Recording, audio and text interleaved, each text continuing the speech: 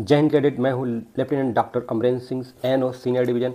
तो आज की क्लास में आपके लिए मैं वो 175 में से जो 55 क्वेश्चन आपके स्पेशल सब्जेक्ट से खासकर आर्मी वालों के लिए आते हैं। तो अब 120 क्वेश्चन तो चाहे आप आर्मी से NCC कर रहे हो, चाहे नौसेना से NCC कर रहे हो, या फिर आप वायुसेना से NCC कर रहे हो, सबके लिए सेम होता है। लेकिन लास्ट के जो 55 क्वेश्चन होते हैं, 55 क्वेश्चन होते हैं, वो थल सेना के लिए अलग होते हैं, वायुसेना के लिए अलग और जल सेना के लिए, नौसेना के लिए अलग होते हैं। तो वो 55 क्वेश्चन मैं लेके आया हूँ थल सेना कैडेट्स के लिए। तो कैडेट्स, यूपी में एक ही दिन बचे हैं आपके एग्ज़ाम के लिए, और आपकी जिम्मेदारी है कि ये जो 55 क्वेश्चनों की वीडियो है उसे आज यूपी के हर कैडेट्स के पास शेयर करें, पहुँचाएँ, जिससे जो है सभी की मदद हो सके।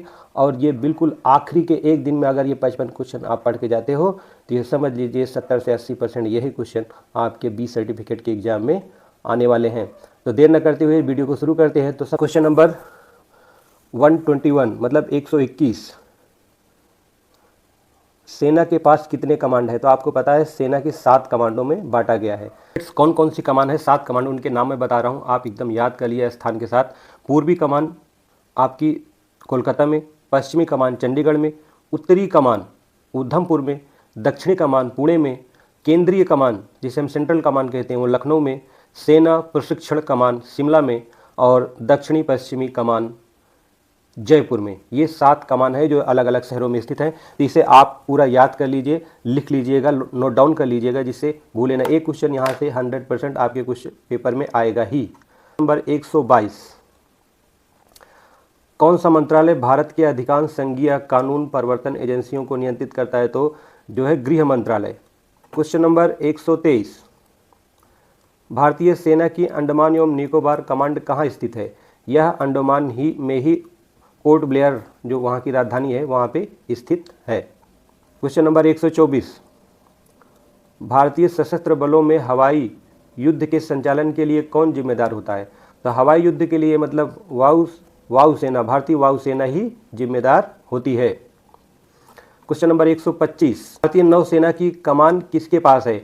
तो भारत की जितनी भी सेनाएं होती हैं कैडेट्स, उन सब का जो चीफ ऑफ कमांडर होता है, कमांड, वो राष्ट्रपति होता है। तो ये देखिए क्वेश्चन नंबर 126, भारतीय नौसेना का प्राथमिक उद्देश्य क्या है?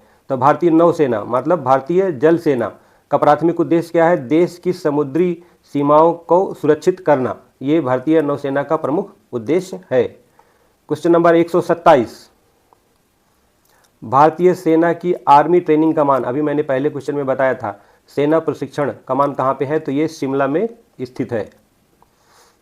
क्वेश्चन नंबर 128, भारत की सेना की सभी गतिविधियों के लिए कौन जिम्मेदार होता है? तो आर्मी कमांडर जिम्मेदार होता है, जो भारत का राष्ट्रपति होता है, वो सेना की सभी गतिविधियों के लिए रिस्पॉन्सिबल होता है, जिम्मेदार होता है। क्वेश्चन नंबर 129, सेवाओं की प्राथमिक भूमिका है? तो इसमें जो ऑप्शन के हिसाब से सी वाला ऑप्शन सही है, राष्ट्रीय सुरक्षा एवं क्षेत्रीय अखंडता को सुनिश्चित करना। क्वेश्चन नंबर 130, AEC की जिम्मेदारी क्या होता है? कैडेट्स, AEC का फुल फॉर्म होता है आर्मी एजुकेशन कोर। तो इसकी जो प्रमुख जिम्मेदारी होती है, सभी रैंक के जो सैन्य अधिकारी होते हैं, जो हमारे जवान होते हैं, उनको कानूनी शिक्षा प्रदान करना और शिक्षा प्रदान करना, उन्हें ये इसकी आर्मी एजुकेशन कोर, AEC का फुल फॉर्म भी पूछ सकता है आपका, army education corps, army medical corps, AMC, इसका भी फुल फॉर्म पूछ सकता है। तो मैप रीडिंग से ये 12 क्वेश्चन आएंगे। तो मैप रीडिंग के ये 12 क्वेश्चन आप देखिए। सबसे पहले question number 31, what is the equal altitude method used?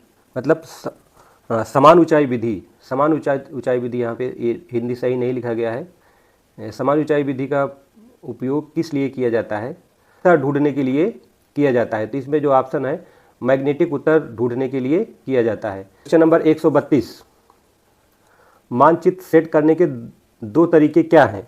Compass और भूमि पर स्थित वस्तुओं द्वारा मानचित्र, ये 2 तरीके, ये विशेष 2 तरीके हैं जिसे मानचित्र सेट करने के 2 तरीके, कंपास और भूमि पर स्थित वस्तुओं द्वारा। क्वेश्चन नंबर 133, अगस्त 2017 में गूगल मैप्स ने कौन सी सुविधा जोड़ी थी? तो अगस्त 2 व्हीलर मोड, 2 पहिया मोड जोड़ा था। क्वेश्चन नंबर 134, किसी वस्तु के पीछे के बक योग की गणना के लिए नियम क्या है? तो यहाँ पे बेरिंग बग का मतलब यहाँ बेरिंग है, तो क्या होता है इसमें ए वाला ऑप्शन सही है।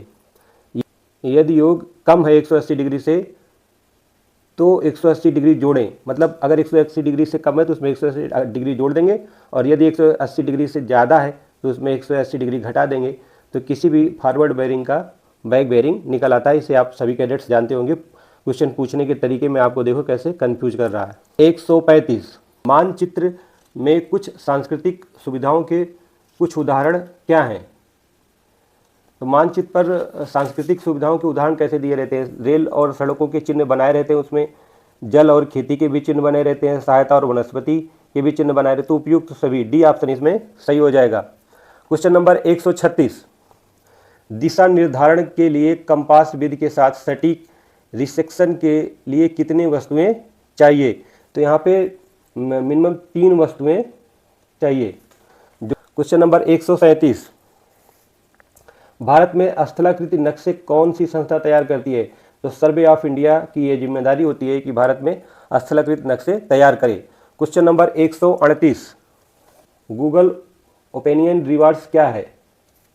ये जो डी नंबर का ऑप्शन सही ऑप्शन है आपका, इसमें एप्लीकेशन जो प्रश्नों के जवाब देने पर उपयोगकर्ता को इनाम देता है, तो ये ऑप्शन इसमें सही है। क्वेश्चन नंबर 139 इंस्पेक्शन विधि का उपयोग किस लिए किया जाता है? मानचित्र से भूमि पर वस्तुओं की पहचान के लिए। इंस्पेक्शन विधि मानचित्र से भूमि पर वस्तुओं की पहचान के लिए इस विधि का प्रयोग किया जाता है। क्वेश्चन नंबर 140 दिशा और दूरी विधि का उपयोग क्यों किया जाता है? तो मानचित्र से भूमि तक वस्तुओं की पहचान करने के लिए ये नहीं है, मानचित्र को दिशा निर्देशित करने के लिए ये भी नहीं है, मानचित्र पर अपनी स्थिति खोजने के लिए ये ऑप्शन सही है। दिशा और दूरी विधि का प्रयोग मानचित्र पर अपनी स्थिति खोजने के लिए किया जाता है। क्वेश्चन नंबर 141 क्या है पारंपरिक संकेत? तो पारंपरिक संकेत किसे कहा जाता है उसके बारे में यहाँ पे पूछ रहा है। तो इसमें नक्शे पर अमूल विधि ये नहीं है, नक्शे पर प्राकृतिक सुविधाओं को प्रतिष्ठित करने के लिए इस्तेमाल किए जाने वाले चिन्ह ये भी नहीं है, और नक्शे पर मानव निर्मित सुविधाओं को प्रतिष्ठित करने के लिए इस्तेमाल किए जाने वाले चिन्ह, और ये भी मानव निर्मित नहीं, उसमें प्राकृतिक भी होते हैं।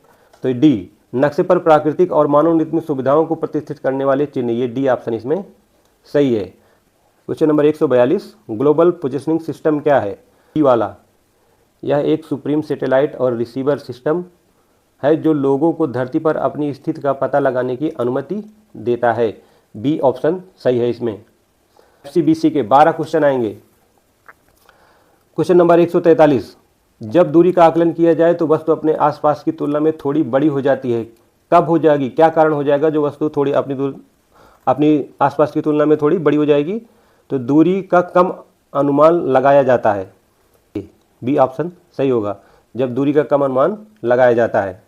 क्वेश्चन नंबर 144 सामान्य दिशा रेखा का उद्देश्य क्या है? तो सामान्य दिशा रेखा का उद्देश्य एक केंद्रीय लैंडमार्क द्वारा मार्गदर्शन करना है। क्वेश्चन नंबर 145 जब दूरी का अंदाजा लगाया जाए और सूर्य पर्यवेक्षक मतलब सैनिक आपकी आंखों में हो तो क्या होता है?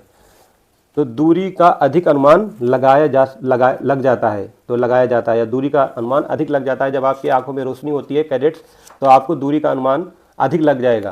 क्वेश्चन नंबर 146 गश्त अभियान के दौरान कौन सा संचार तरीका उपयोग किया जा सकता है?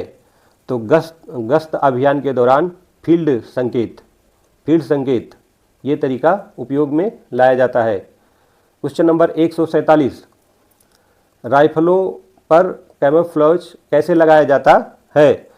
तो इसमें लकड़ी या प्लास्टिक भागों पर गार्निश का उपयोग करके।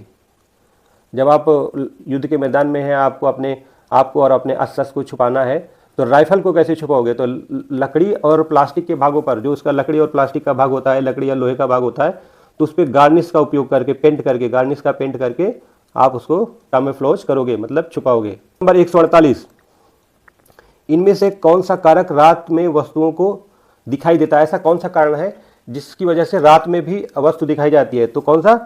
प्रकाश और ध्वनि, ये 2 कारक हैं जिसकी वजह से रात में भी वस्तुएं दिखाई पड़ जाती हैं। क्वेश्चन नंबर 149 149, LMG खाई को छुपाने के लिए किस विधि का प्रयोग किया जाता है? तो LMG खाई जो है उसको छिपाने के लिए पानी का छिड़काव नहीं, रेत से ढकना भी नहीं होता है, ये कैमोफ्लेज जाल का उपयोग किया जाता है। क्वेश्चन नंबर 150, कौन सा कारक वस्तुओं को छिपाने में मदद नहीं करता? तो ये प्रकाश का संपर्क। क्वेश्चन नंबर 151, कमांडर द्वारा दिए गए आदेशों की टोन क्या होनी चाहिए? तो इसमें भ्रमित और तेज हो, कठोर और आक्रामक नहीं होनी चाहिए, नर्म और शांत, स्पष्ट, शांत और संक्षिप्त। जब एक सेक्शन कमांडर अपने सेक्शन को आदेश देता है तो उसके आदेश कैसे हो जाएंगे? स्पष्ट होने चाहिए, शांत होने चाहिए और संक्षिप्त, बहुत छोटे होने चाहिए, बहुत बड़े नहीं होने चाहिए। क्वेश्चन नंबर 152, पैदल सेना का प्रमुख उद्देश्य क्या है? तो दुश्मन के करीब जाना और उसे नष्ट करना, ये पैदल सेना का प्रमुख उद्देश्य होता है। क्वेश्चन नंबर 153, किस प्रकार की जमीन अपने आसपास के क्षेत्र पर नियंत्रण के लिए नियंत्रण की सुविधा देती है? तो हाई जमीन, हाई ग्राउंड आपको आसपास के क्षेत्र में नियंत्रण की सुविधा देती है। डेड ग्राउंड क्या है? जो पर्यवेक्षक को अपनी जगह से दिखाई न दे, ऐसे जिनको ये डेड ग्राउंड हो जाएगा। टूटी फूटी जमीन, जो बहुत टूटी फूटी जमीन, इस तरह की ऊंची नीची जमीन होती है, उसे टूटी फूटी जमीन कहा जाता है। हाई ग्राउंड, ये हाई ग्राउंड होता है ना। यहाँ पे अगर जो कोई बैठा है तो क्या होगा? आसपास के क्षेत्र पर आराम से नियंत्रण कर लेगा। क्वेश्चन नंबर 154, निम्नलिखित में से कौन सा निशान महत्वपूर्ण और अचूक होना चाहिए? तो लैंडमार्क, लैंडमार्क जो हम लोग किसी भी आसपास पते कई भी लैंडमार्क बताते हैं, वो बहुत ही अचूक और महत्वपूर्ण होना चाहिए। अब अगला जो 8 क्वेश्चन आएंगे वो आएंगे आपके इन्फेंट्री बटालियन और इक्विपमेंट से। तो अब देखिए इससे 8 क्वेश्चन कौन कौन से हैं। Question number 155, 5.56 mm INSAS rifle की फायरिंग का तरीका क्या है?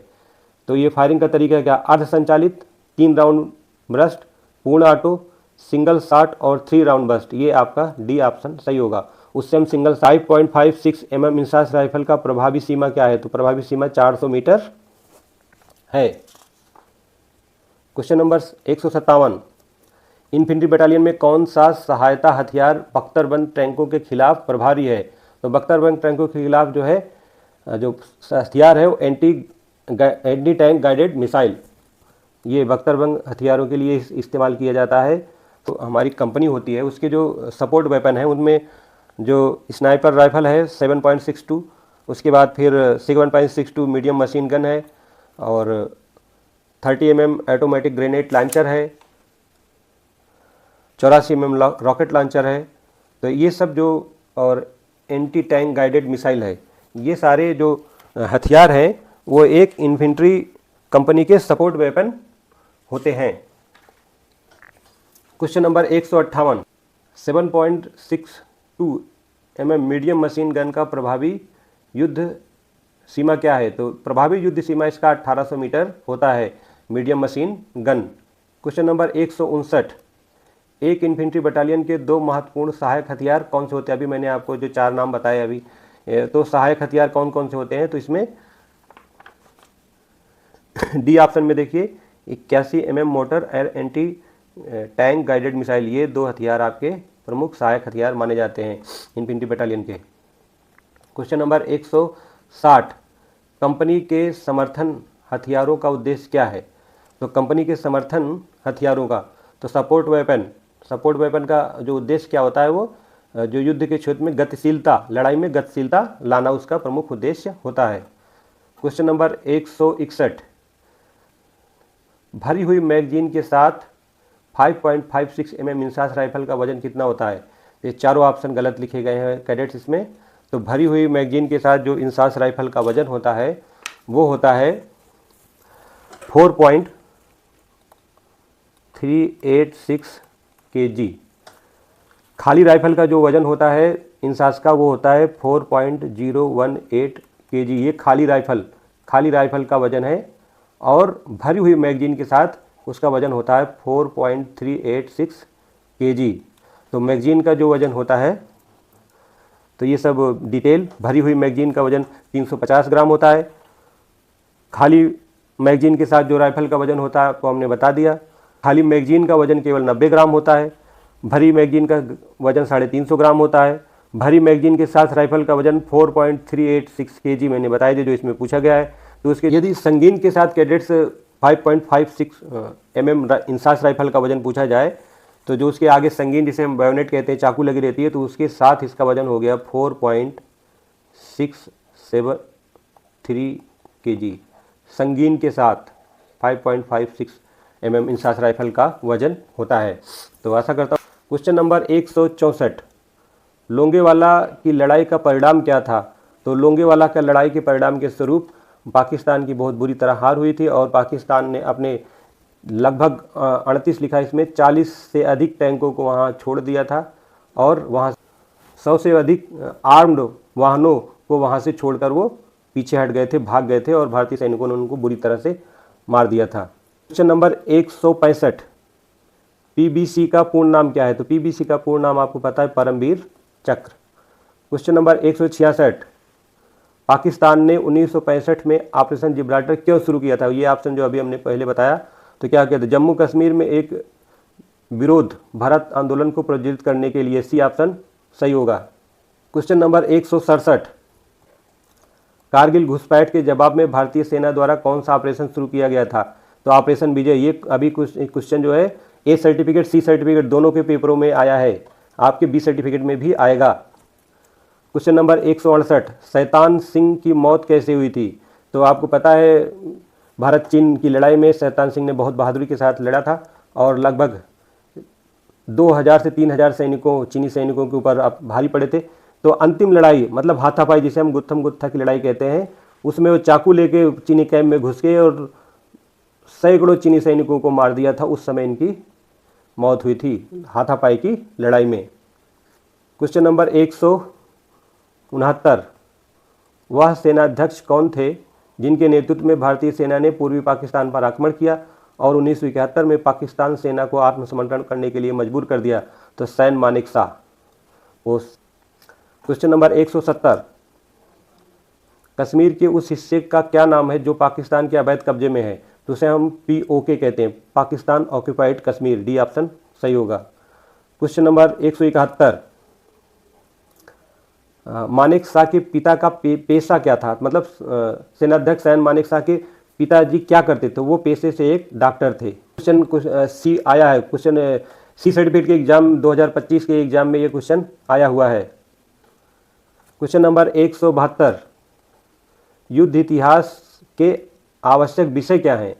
तो इसमें जो युद्ध के कारण, नेतृत्व, प्रौद्योगिकी और तकनीकी उपयोग, यही युद्ध इतिहास के प्रमुख विषय माने जाते हैं। अब 3 क्वेश्चन आपके संचार से, कम्युनिकेशन से आते हैं। 3 क्वेश्चन कौन कौन से हैं? Question number 173, radio set GP338 Motorola के आयाम क्या हैं? निकेल मेटल हाइड्राइड उच्च क्षमता बैटरी के साथ। तो ये जो सी वाला ऑप्शन देखिए, 137 × 57.5 × 37.5, ये ऑप्शन इसमें सही हो जाएगा। क्वेश्चन नंबर 174, वाईफाई को तेज क्यों माना जाता है?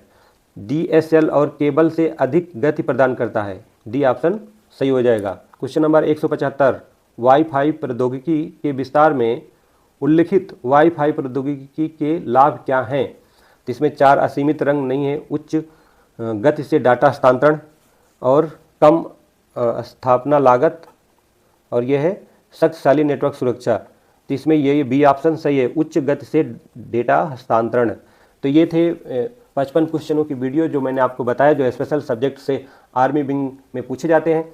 यही 55 क्वेश्चन बी सर्टिफिकेट के पेपर में आने की संभावना है। 2, 4, 10 क्वेश्चन इधर उधर हो सकते हैं, नहीं तो यही आएंगे। बस क्वेश्चन पूछने के तरीके अलग होते हैं। तो कैडेट्स वीडियो बनाने में थोड़ा लेट हुआ हूँ। परसों मतलब 30 तारीख को एग्जाम है यूपी में बी सर्टिफिकेट का। तो कैडेट्स आपकी जिम्मेदारी है, ये वीडियो यूपी के सभी कैडेट्स के पास शेयर कर दीजिए। लास्ट के 1 दिन में आप पढ़ लीजिए। यही 55 क्वेश्चन में से आपके 40 क्वेश्चन यही रिपीट होंगे, ये मेरी गारंटी है। आप सारे क्वेश्चन ध्यान से पढ़िए और याद कीजिए और पेपर दीजिए। तो पेपर के लिए सभी कैडेट्स को पहले से ऑल द बेस्ट। तो मिलते हैं अगली वीडियो में। जय हिंद, जय भारत।